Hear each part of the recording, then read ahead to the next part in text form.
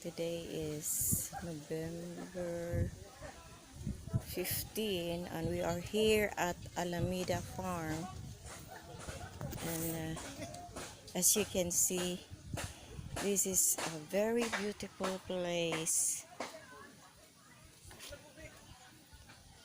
There is so green around, so beautiful as it is, the beautiful nature.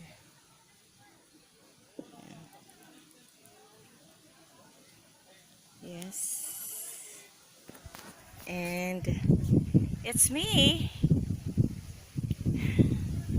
I'm walking here around, taking some videos, and it's quite nice here. It's windy time, and it looks so nice.